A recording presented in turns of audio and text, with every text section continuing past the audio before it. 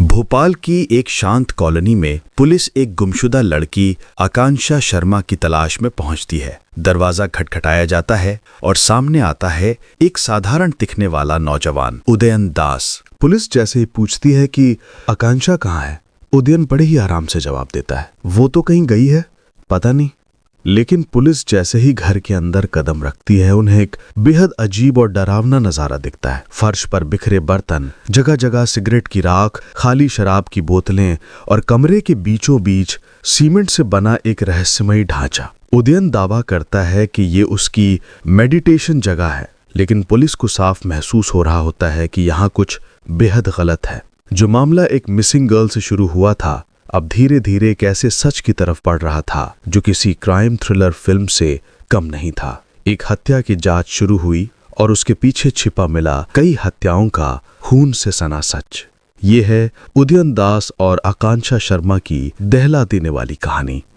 28 साल की आकांक्षा शर्मा वेस्ट बंगाल के एक मिडिल क्लास परिवार से थी। वो भारत से बाहर नौकरी ढूंढ रही थी। जून 2016 में आकांक्षा घर आई और बताया कि उसे न्यूयॉर्क में नौकरी मिल गई है। परिवार खुशी से झूम उठा। सब लोग उसके न्यूयॉर्क यात्रा की तैयारियों में लग गए। बाहर जाने के लिए आकांक्षा को पहले दिल्ली जाना था, वहीं उसका वीज़ा प्रोसेस होना था। फिर दिल्ली से उसे न्यूयॉर्क की फ़्लाइट पकड़नी थी। 22 जून 2016 को उसके पिता उसे दुर्गापुर रेलवे स्टेशन छोड़ने आए। यहीं से उसकी दिल्ली की यात्रा शुरू होनी थी। लेकिन एक बड़ा सच सिर्फ आकांक्षा जानती थी। जो ट्रेन उसने दुर्गापुर से पकड़ी, वो दिल्ली नहीं जाती थी, वो सीधा जाती थी भोपाल। अगर आपको लग रहा है कि आकांक्षा गलती से गलत ट्रेन में बैठ गई थी, तो ऐसा नहीं है। ये उसका प्लान था।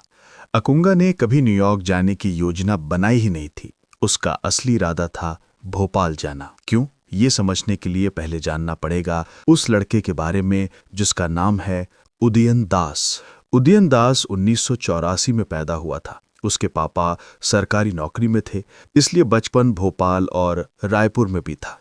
उदयन एक अच्छी पढ़ी लिखी बंगाली फैमिली से था। पिता BHEL में फोरमैन थे और माँ डेटा एनालिस्ट, यानी घर में पैसा भी था और इज्जत भी। उदयन घर का इकलौता बेटा था, इसलिए सारा ध्यान उसी पर था।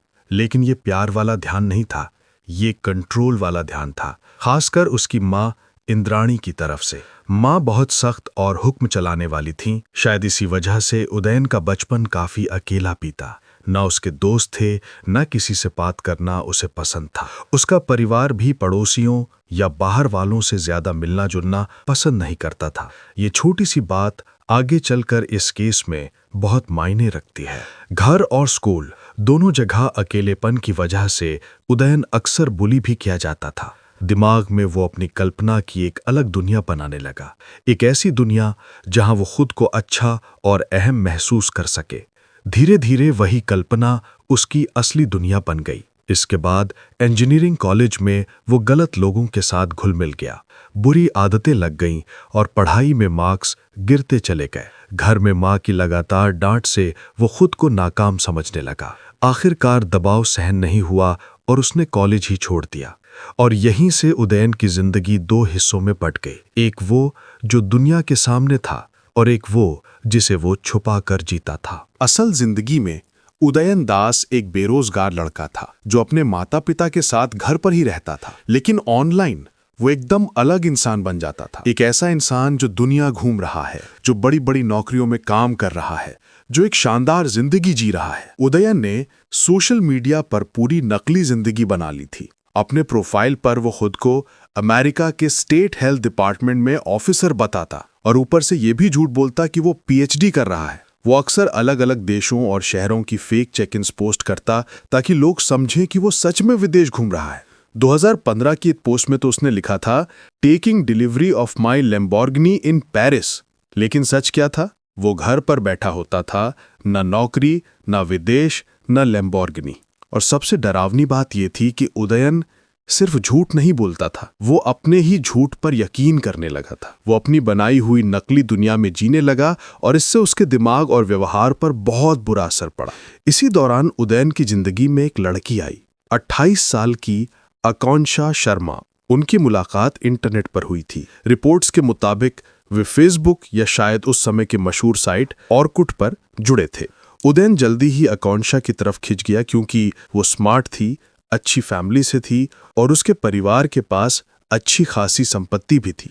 और यहीं से उदयन के दिमाग में एक खतरनाक प्लान बना, आकांक्षा का भरोसा जीतकर उसके पैसे पर हाथ समाने का। उसने आकांक्षा के सामने वो नकली फैंसी लाइफ पेश करनी शुरू कर दी। उसे बताया कि वो एक NRI है, अमेरिका में रहता है और बहुत बड़ी नौकरी में है। इस झूठ को असली दिखाने के लिए उदयन ने अपने कमरे को भी बदल दिया ताकि वीडियो कॉल पर ऐसा लगे जैसे वो सच में न्यूयॉर्क में रह रहा हो। अब आकांक्षा पूरी तरह उसकी इस नकली दुनिया में फंस चुकी थी। उसे लगने लगा कि उदयन वही है जो वो खुद को बता रहा है। सोचिए, उदयन झूठ ऐसे बोलता था जैसे फिल्म का कोई सीन हो।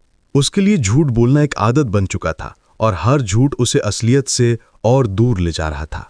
उदयन ने बहुत चालाकी से आकांक्षा को अपनी नकली दोहरी जिंदगी में फंसा लिया था। वो उसे बड़े बड़े सपने दिखाता था, जैसे यूनिसेफ, यूनेस्को जैसी अंतर्राष्ट्रीय संस्थाओं में नौकरी दिलवाने का वादा।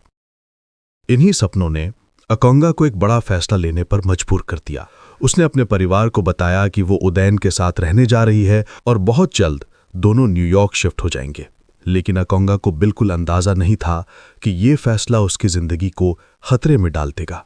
अब आप सोच रहे होंगे कि कोई इतनी आसानी से कैसे फंस सकता है। लेकिन बात सिर्फ मासूमियत की नहीं थी, बात थी उदयन की झूठ बोलने की अद्भुत कला की। उदयन झूठ ऐसा बोलता था कि वो बिल्कुल सच जैसा लगता था। वो सिर्फ नकली दुनिया बनाता नहीं था, लोगों को उस दुनिया पर यकीन भी दिला देता था। सोचिए, उदयन ने आकांक्षा के घर जाकर उसके माता पिता से मुलाकात भी की, उनसे अच्छे से बात की, संस्कारी और सम्मानजनक लड़के जैसा व्यवहार किया, इतना कि उनके माता पिता का पूरा भरोसा उस पर बन गया।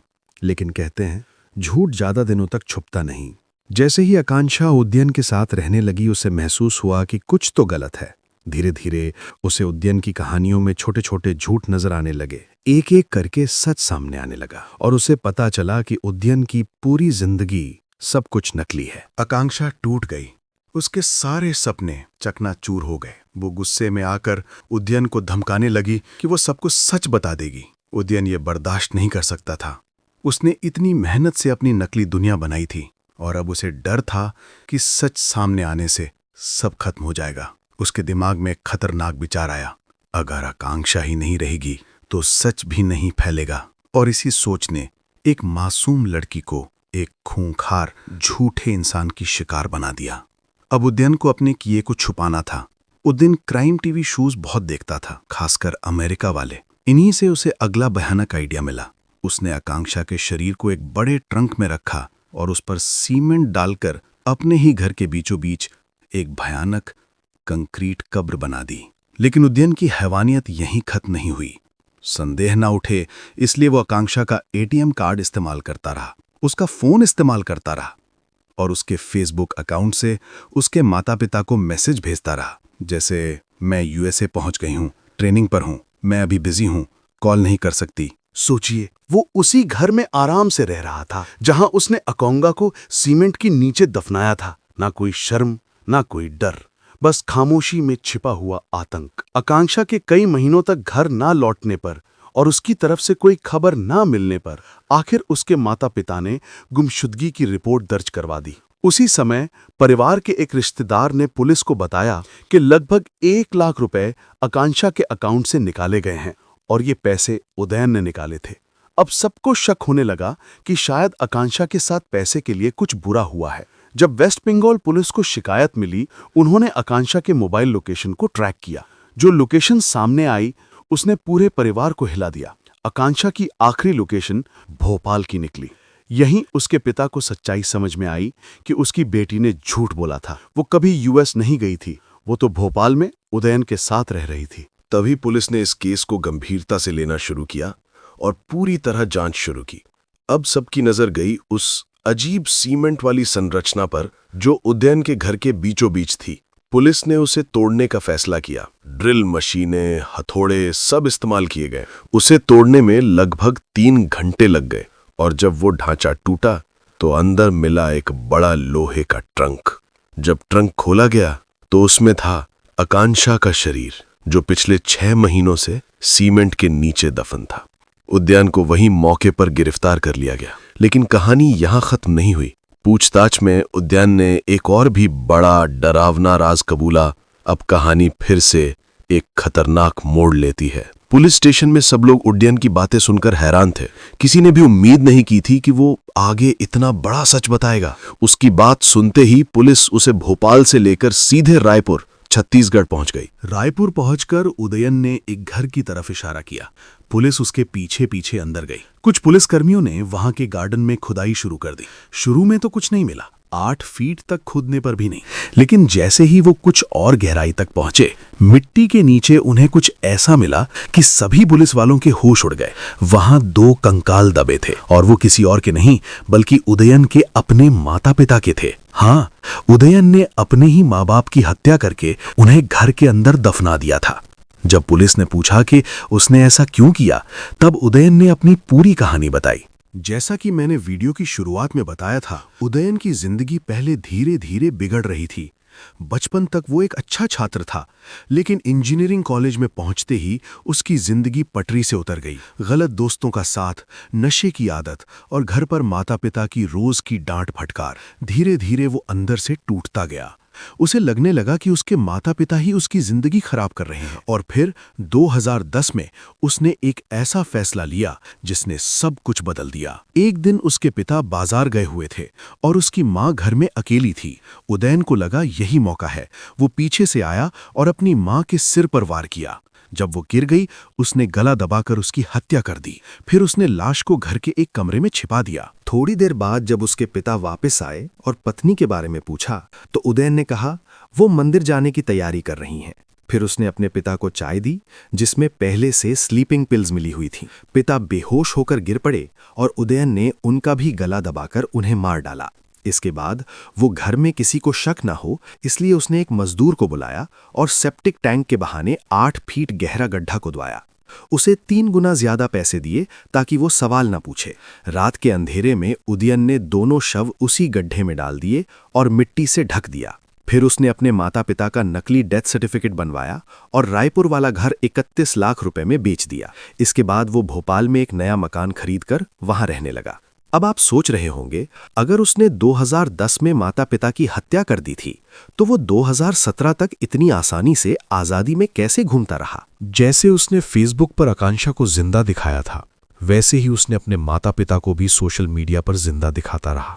उदयन उनकी फर्जी पोस्ट डालता, विदेश में होने की झूठी कहानियां लिखता और लोगों को लगता रहता कि उसके माता पिता बाहर किसी दूसरे देश में रह रहे हैं। उसके दोस्त और पड़ोसी इस बात पर यकीन भी कर लेते थे। बाद में मेडिकल रिपोर्ट्स में सामने आया कि उदयन को साइकोपैथिक पर्सनालिटी डिसऑर्डर था, यानी ऐसा मानसिक विकार जिसमें इंसान को ना तो पछतावा होता है और ना ही सही गलत का एहसास।